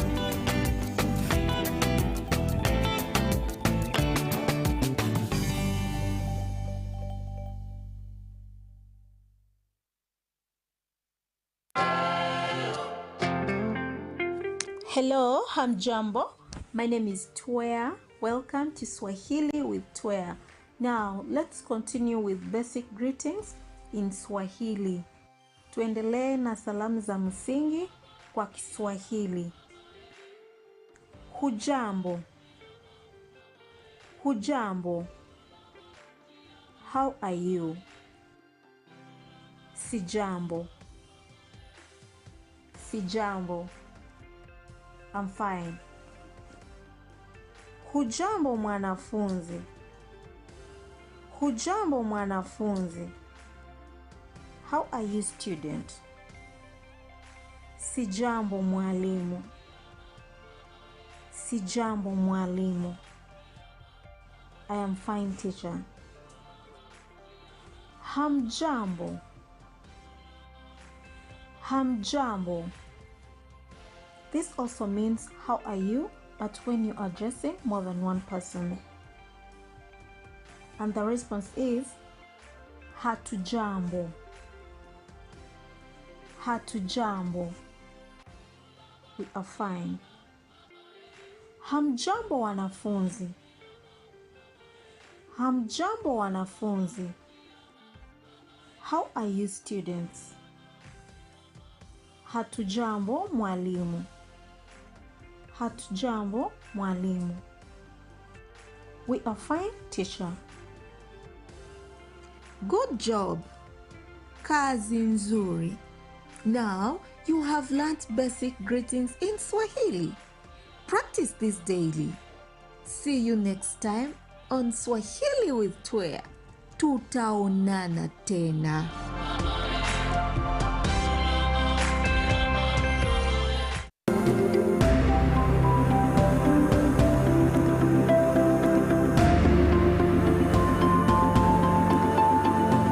I've seen a number of community members out there that have formed themselves into groups and have identified enterprises, agricultural enterprises, rice and all that, and they've actually been successfully cultivating them. They've gone ahead, the project has gone ahead and also introduced small-scale industries like the rice huller, the grinding mills and all that that are managed by the groups. All these are successes.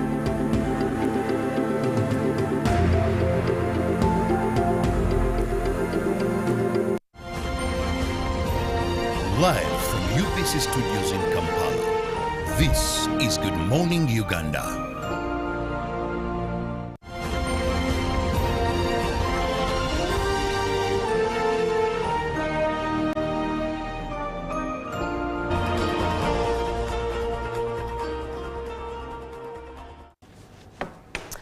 A very good morning to you. Thank you so much for watching UBC TV, always here to inspire you. It's time for the agenda, and we are talking NRM primaries. Now, earlier on, I'd mentioned that we would be having Emmanuel Dombo for this particular conversation, but unfortunately we are unable to. But nevertheless, let's continue on. Do share your opinions, 0709602592, and be a part of the conversation as we try to understand joint campaigns in party primaries. Now, last week, attempts to hold joint campaigns in Isingiro South between Member of Parliament aspirants, that is Honorable Alex Byarugaba, and Marie Mujuni, turned violent, with supporters clashing, leading to the death of 2 individuals as well as destruction of property. Now, this also comes at the back of the events that recently took place in Zimbabwe, where a life was lost there as well. Now, the NRM Electoral Commission insists that all members vying for party flag positions ahead of the 2026 general elections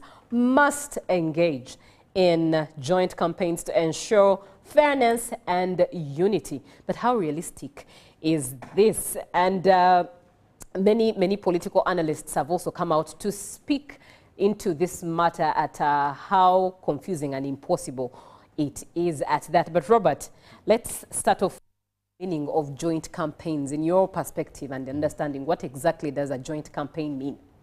Well, first we know we are under multi-party political dispensation. Right. We agreed that let's have freedom of association. People belong to parties of their choice.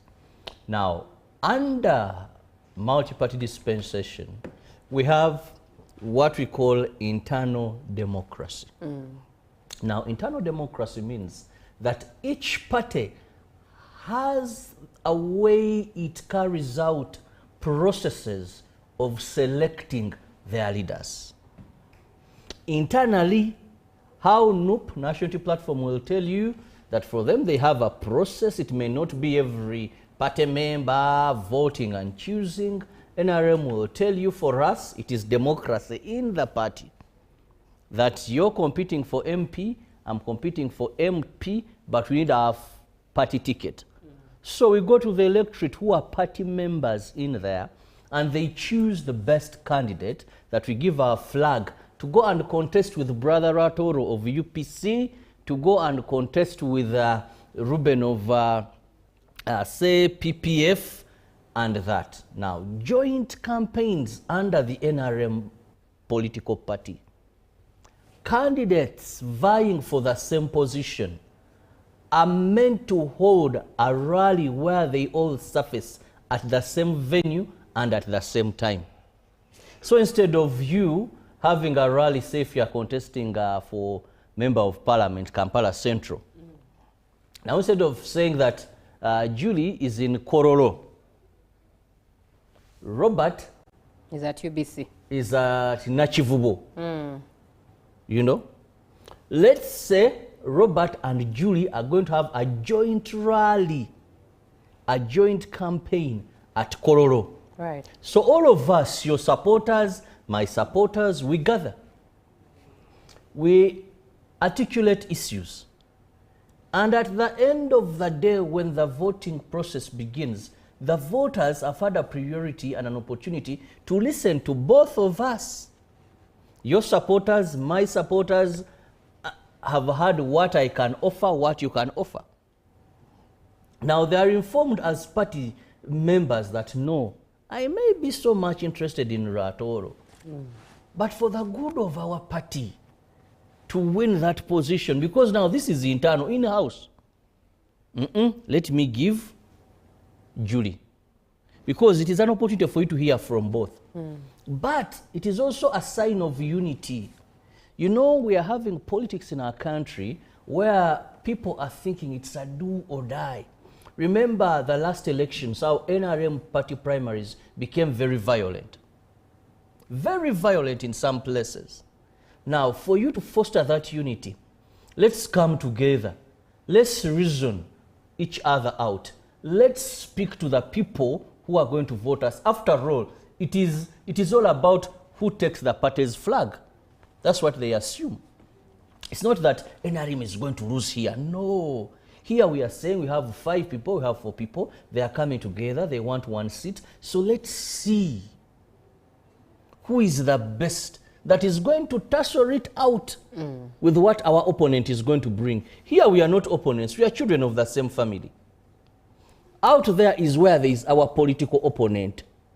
This one is a competition to select the best amongst us.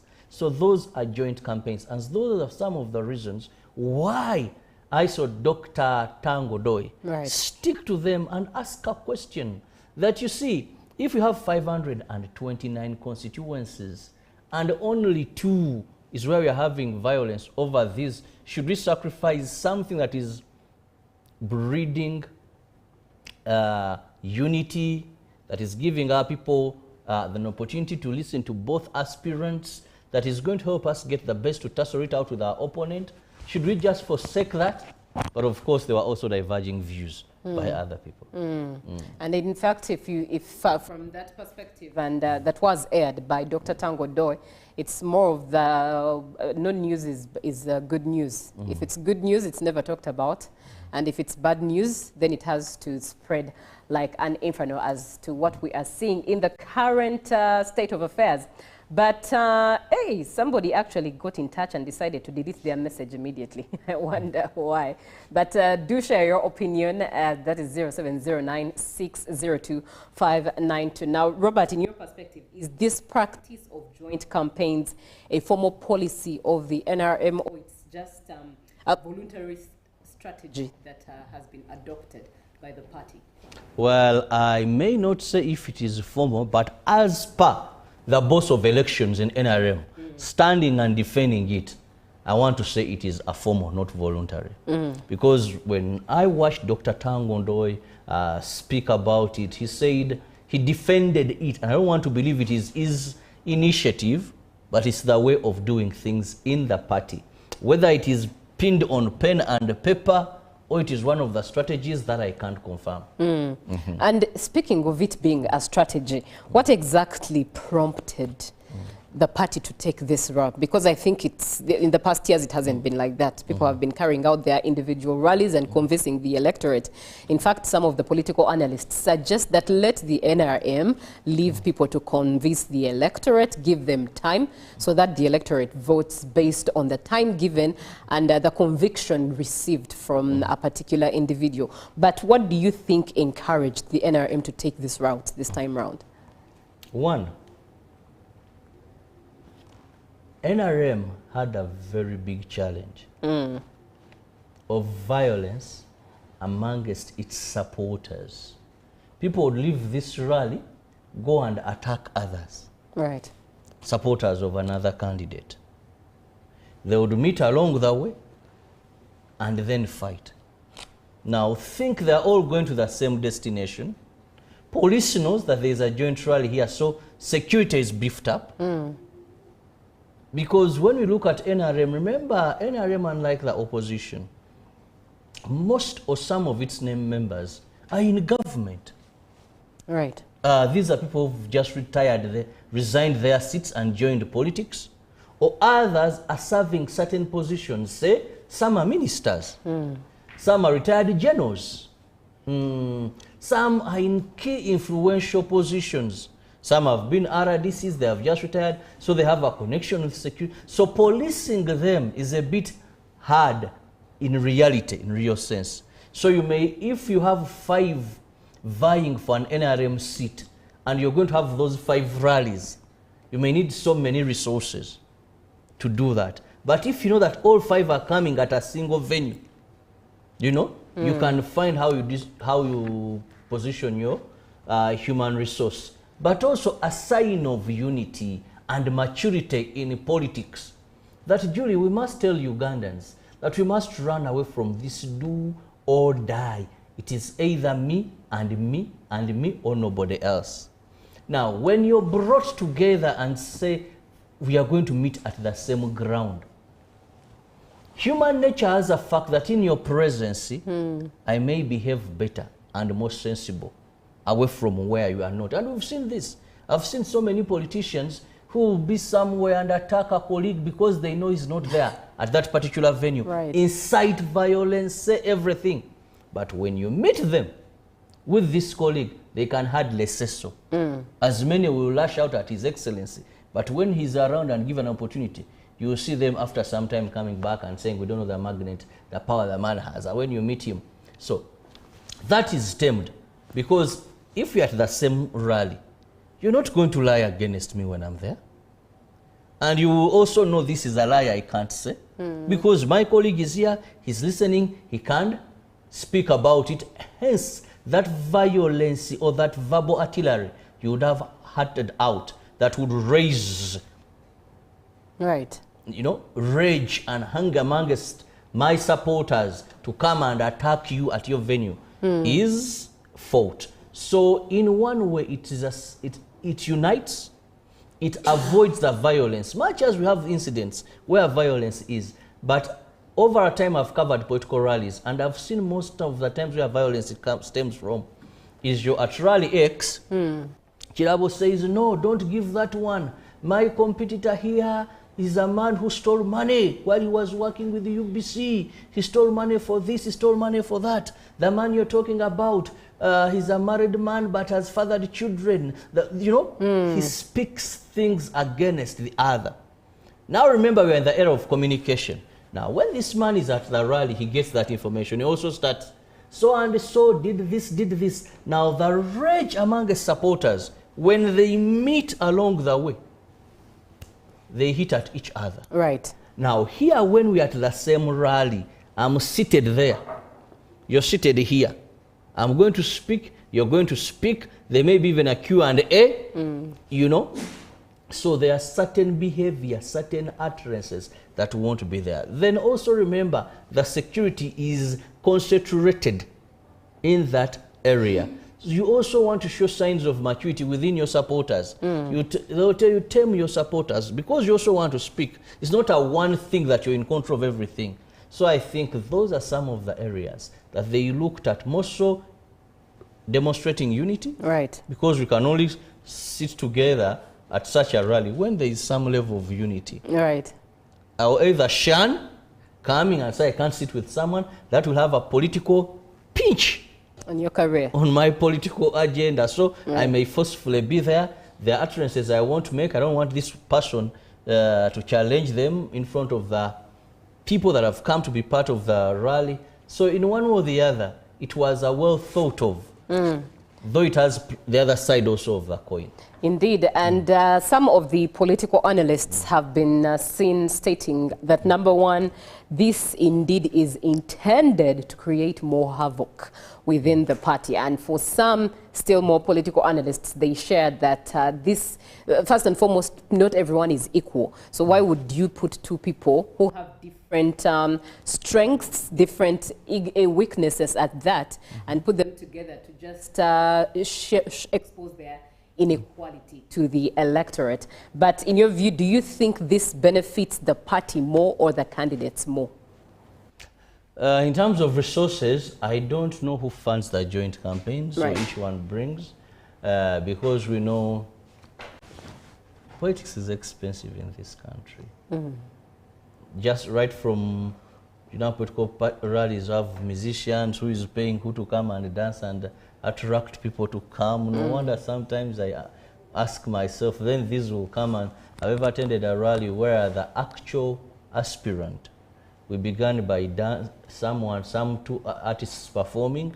They attracted the crowd. Then from there we were treated to a buffet. Oh. We ate.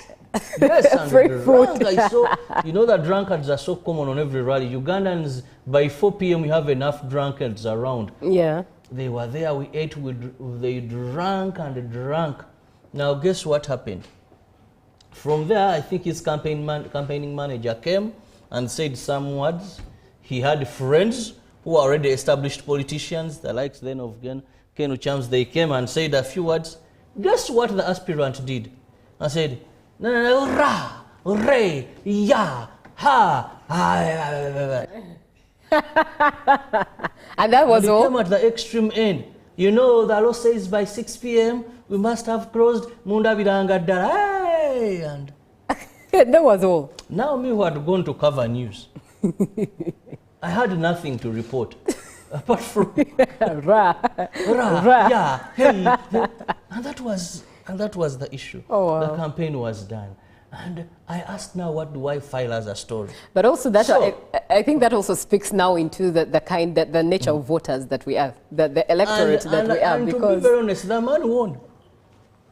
Wow. The man won but every campaign, that was his strategy. Right. He didn't bother. He's my OB, but he didn't bother to say anything. But he's now in Parliament. Now, yes, please.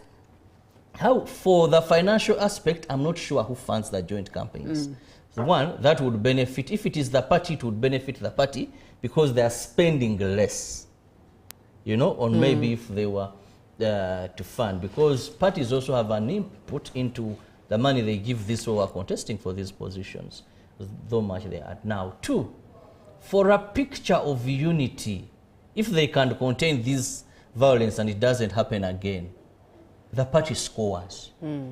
That if people contesting for the same position can sit at the same rally, discuss issues in a civilized manner as they are speaking to their would-be voters. NRM is scoring broadly and largely in that aspect, that there's some political maturity. We've seen presidential debates where people sit together, and they are asked different questions. So if that succeeds, then NRM would have scored.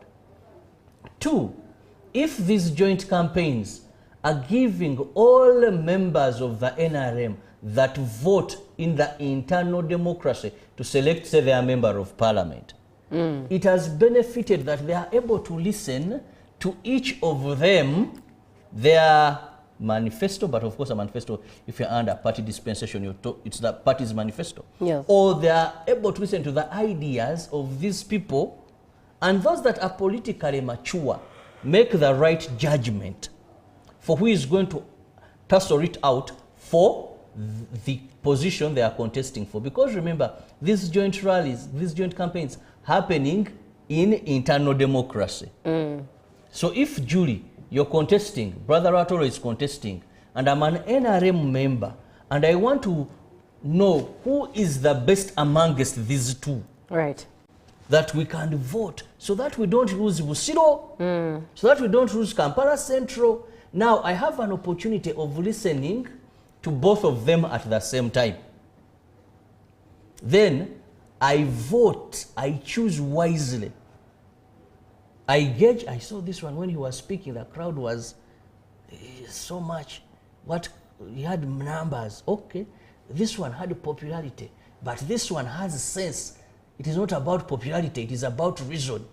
This man, when he goes to parliament, his reasoning capacity, he's able to articulate issues, he's able to speak properly as a member. Now, if we vote this one, he'll be able to defeat the other candidate who is coming on popularity.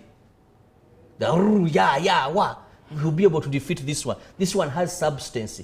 But okay, I think though he's good, but the other man is so popular, we need someone with popularity, not to lose that seat. So you're able to gauge and see who you should vote. That favors the party, because NRM has also had a challenge that how come the people who fail in your party primaries and contest as independents then win the seat, and you have to sign memorandum of understanding with them? That means your Kamyufu, your internal democracy has issues. Right. Because the internal democracy is supposed to select the best. Now, if I contested on NRM ticket and I'm defeated, within your internal democracy, I'm not the best, then you choose the best. I mean, the best is elected. We go to contest, I'm like, though, for me, I believe I lost, but I have support. I go in that election with the NUP, PPF, DP, whatever party. I emerge the winner. Then your candidate we chose in our we voted in our internal democracy. Out of 5 candidates, he's the number 3. I, the one who has dropped, I take on. NUP comes second, DP comes third, and yours is number 4. That shows this process does not select the best. So now if these joint campaigns can give your people an opportunity to get both views, because what has been happening, if I'm supporting you, I may not get a chance to listen to the other. Because today, you're in Machindi. Tomorrow, you're in Central. The other, you're in Lubaga. The other day, you're in Akawa. Now here, if we know we are moving together, I will just come at one rally, listen to all of you, have a proper judgment, make the best decision when that voting day comes, and the best comes out as the winner to defeat the other party. Very interesting. Now, let me engage some of your comments. Someone comes through and says, good morning. Thank you so much for watching the show. Good morning to you too. Good morning, UBC. This is Brian Masaba watching live in Chidekakawaka Road. Thank you, Brian, for being on the show. Good morning, Uganda. This is Odong Joshua from Lira. It seems like violence, intimidations, and violence of human rights is what defines, the NRM government. Just imagine their internal election is also violent. Then how do you think they will handle oppositions? It's so disgusting that they can't promote peace and democracy after 40 years of rule. This is Joshua Odongo from Lira City. Thank you, Joshua, for being on the show. And I have seen so many provocations and indisciplinary acts among the supporters in these joint campaigns. Even candidates themselves fail to control those supporters because others come in the rallies when they are totally drunk. And somebody else comes through and says, good morning, Uganda. Thank you for the program. Joint campaign could be a good idea if only members were briefed before or properly understood by the party organizers. We have seen a lot of violence in many parts in Eastern Ibanda And Remiaga in Sembabule, I personally ask why all this within the party. NRM should have never encouraged this because human nature is always competitive and the campaign words that are used also not regulated. One can wonder what will happen on the polling day. While lining up, I strongly disagree with joint campaigns in the situation of Uganda with Ugandans' mindset. Thank you. This is a message from Arua City Solid Rock High School. And finally, good morning to you. Hope God created us equally but gave us different talents. That is why some of the people fear to go together in the same rally asking for votes. And this is Amos in Rukunjiri. Now, someone pointed out the fact that the electorate themselves are very indisciplined and sometimes the candidates have no control over these electorates. So how best do you suggest, would you think, that electoral, first and foremost for the electorate's safety, because you lose property, you lose a life, and this politician in actual sense won't remember you. Well, first It's I want just to for that clarify moment. or inform my brother, the first who talked about violence in NRM campaigns. I think Joshua Odongo. This is not about NRM. It is a national problem. I just want to take his mind very quickly. Democratic Party has just had elections. Oh, yes. But if you saw the violence that was there, boxing, what, you know, and remember, these are not people in power, but may have resources and all that. But the DP election was very, very violent. Right. If you are to talk about other issues that were in that election, they could have never happened in the history of NRM, that none has ever happened. When we go to FDC, if you've been following events in the opposition, this splitting, the boxing that was at Najana Nkumbi there, you know, this is them, fellow opposition people. So it is a country, it is a national problem, not an NRM. Maybe NRM because it's a mass party. And there are many. And these issues come out very vividly. Now, when you go to, say, we saw the violence between Sodo and Shats in Zimbabwe. Yes, the Geno and the Sechikubo. You see, these are people who have been in power, so it sounds bigger. But these problems are in. It is a national issue that we must address, that people must understand this is competition, and there is a winner, and there is a loser, and no one has guarantee over people's hearts and minds that they automatically select you. Right. That indeed, thank you for that submission, Robert. It's very pertinent that it had to be stated. But somebody came through and said that it's the electorate that are usually indisciplined. First and foremost, they were not even aware, they were not briefed on what joint primaries are, so it's a high level of indiscipline and ends up running out of the hands of the candidates. Now, I'm looking at this at two fronts. So one, and indeed for both, it's what should the electorate do. First and foremost, it's the violence that takes place. One might think of protecting themselves and never attend at all. Yet, at the end of the day, because of the love for their party, they need to attend so that they make the right decision. So, in your perspective, what should the electorate do? Now, we have a challenge that we do not have civic education. That's true. In this country, what we have is voter education. Now, voter and civic are two different things. Voter is tick here, fold the paper, because that is education for voting. But civic is more deeper. Why do you vote? Who should you vote for? What should you depend on to vote? Civic takes you to understand that this is just an obligation and a process we go through to choose leaders. Now, when the electorate are not sensitized and don't have the right thinking to politics, no wonder we have wrong people in positions. Because the electorate are not aware. They are choosing the wrong people because they have not been educated. Now, when you see their reactions, therefore, is because they are ignorant. I want to say over 50% of people who vote in this country make wrong choices because they're ignorant. Right. I've seen a person who will tell you, for wafe tumuvako ngagura omwenge, ngazika. The Speaker of Parliament talks about absenteeism, but a whole member of Parliament is going to tell you, obulute buli mu Parliament, buli mu bantu. Even if I don't go to Parliament, But every vigil I'm there, I spend a night, I come, I buy some 10 kilos of beans, then at night there I call for jerrycan of warrage. I have a charity, is it called a foundation or a charity? I pay fees for few. I don't miss church. Friday I go to mosques, I contribute.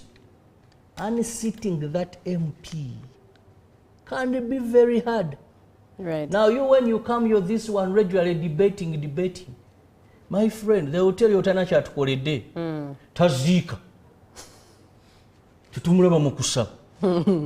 Tagula mwenge. Now imagine, aguro mwenge is in a position. That's why many have never yawned. Some have never spoken anything. But you can't unseat them. So you can't blame the electorate for being indisciplined. Actually, what they think they are doing is the normal thing. That if I support Chirabo and you support Judy, because you must win this election. Because they don't know that what you're doing actually, the Chirabo you're beating is your neighbor. And you're going to see this person again. Right. So, but also, we have a problem of exploitive politicians who are shriving on sympathy. Yeah? So and so was beaten. I don't know, it beats my understanding. Sympathy. Julian, people watching us, we have people who stage drama. Sympathy people vote. Who can stage abductions. Right. People who would provoke police so that they are injured. Injury is inflicted on them. Very soon we're about to see the posters, campaign posters with sympathy vote. We're already seeing one with protest vote. Posters with people in hands in bandages. There's one I saw of broken arm. An honorable member of parliament, minister at that carrying his kids. I don't know if they're his kids, but he's carrying that kids. One I think I've not understood the message. But it wasn't about... It has a bit of... It has a message we are yet to understand. Yes. When I get an opportunity, so I can't comment on it as for now. What his intention was. Right. But some of this violence, the contestants themselves want it because politically it gives them political mileage. Right. Though we are talking about... And they will incite. Because these drunkards that fight, these young boys that come after taking marijuana and all that, this person knows that... compromise their sense of judgment. Then tell them, now in that scuffle, this man will jump and you see some blood stain. Then he will be on TV everywhere. Hey, so and so attacked us, they beat us, why do you want to kill us? This is just an election. Now an old woman somewhere there is going to say, he's dying for us. Let's give him.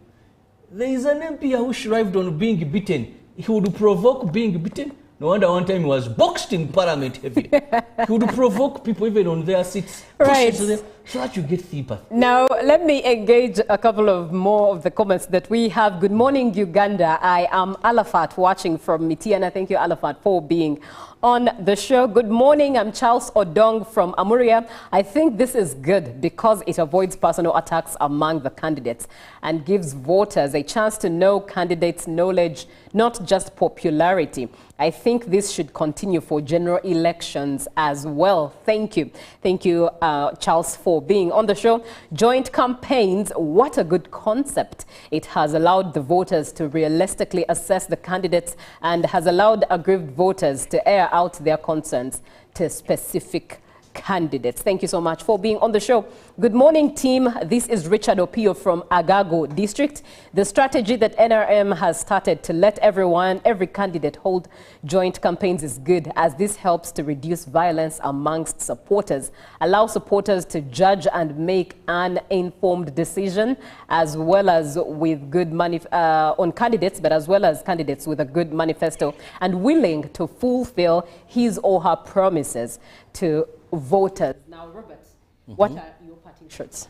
My parting shot is this is a good idea. Right. However, we must give it more time. Prepare the people, since it's a new thing, prepare their minds, prepare them for this. Even the candidates themselves, prepare them to understand that, well, we are just selecting, it's internal democracy. We just want the best to represent us in this competition. So we are members of the same family, let's be peaceful, because it has so many benefits. And I want to say there are many areas where it has been a success. These few we can solve. At the end of the day, our voters are given opportunity to listen to all the contestants for that particular position, but also it's a sign of unity and political maturity. Julie, I long to see political maturity in Ugandans. I long to see an FDC sit with an NRM, sit with a DP, and they discuss national issues with the respect, with the dignity, with the reason. But these issues of thinking we shall solve issues with our might, not our brain, is archaic, and we should run away from it. Indeed, thank you, Robert, for that. I, for one, will just end with this. As the electorate, as voters, as us Ugandans for whom we are represented by these people, I will say let's go back to the foundations. In layman, let's understand the three arms of government: legislature, judiciary, and executive. The legislature is you. It's your voice. When you vote members of parliament into that house to actually lobby as well as make laws that speak for you. It's all about you. And the judiciary is meant to implement the law that represents your voice. And the executive is meant to implement the law that stands for your voice. So be wise, educate yourself, and vote wisely. But on the joint primaries, I think it's good. It is for unity as a family in the NRM, and I think it should even be considered for the general elections. It is good. It empowers and enforces civic education. By fire, by force, you must know why you're listening to a particular candidate and voting for them. Those are our 2 cents, really. And yours also. Thank you so much for being on the show. Good Morning Uganda does continue because Ruben is coming up with GMU Sports. Good Morning Uganda, and thank you for watching UBC TV. Always here to inspire you. Have a lovely day.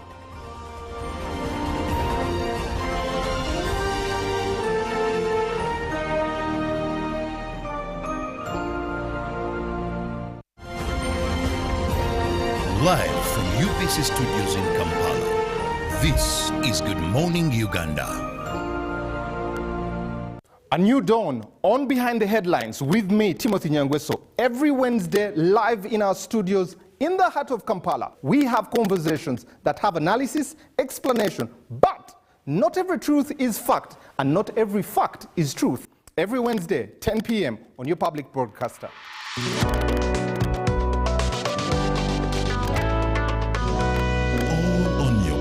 Broadcaster, UBC, inspiring Uganda.